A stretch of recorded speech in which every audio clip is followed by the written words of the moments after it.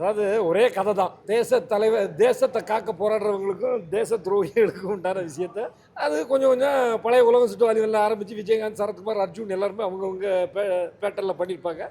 இது கொஞ்சம் ரிச்சா இந்த பில்லா, ஆரம்பம், இந்த மாதிரி படங்கள்ல ரிச்சா காட்டுவாங்களோ அந்த மாதிரி காட்டியிருக்கிறாங்க. திடீர்னு பார்த்தா மாஸ்கோ காட்டுறாங்க, திடீர்னு பார்த்தா என்னென்னமோ ஊரை காட்டுறாங்க. அதெல்லாம் நான் வாழ்க்கையில் பார்த்தது கூட கிடையாது. சரி ரைட், ஓகே, நம்ம கொடுத்த காசு காட்டுறாங்களேன்னு சொல்லி பார்த்தோம். ஓகே, ஓரளவு என்டர்டைன்மெண்ட் மூவி தான். ரொம்ப சூப்பர்னு சொல்ல முடியாது, ரொம்ப மொக்கேன்னு சொல்ல முடியாது. ஓரளவுக்கு ஆர்டிஸ்ட்டுங்க காப்பாற்றிருக்கிறாங்க. ஹை பட்ஜெட்டுங்கிறனால எந்த மொழியில் டப் பண்ணாலும் பார்க்கலாம். படம் நல்லா இருக்கு.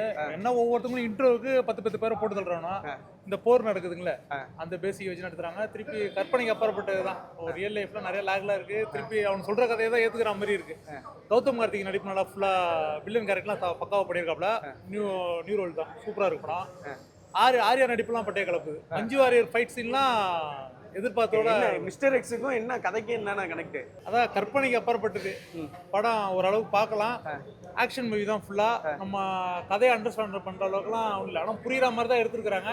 டிக் படம் இருக்கு பார்த்தீங்களா, ஜெயம் ரவி படம், அந்த படத்துல பாதி இல்லை ஒரு 4-5 படம் மிக்சிங்ல தான் வந்திருக்கு.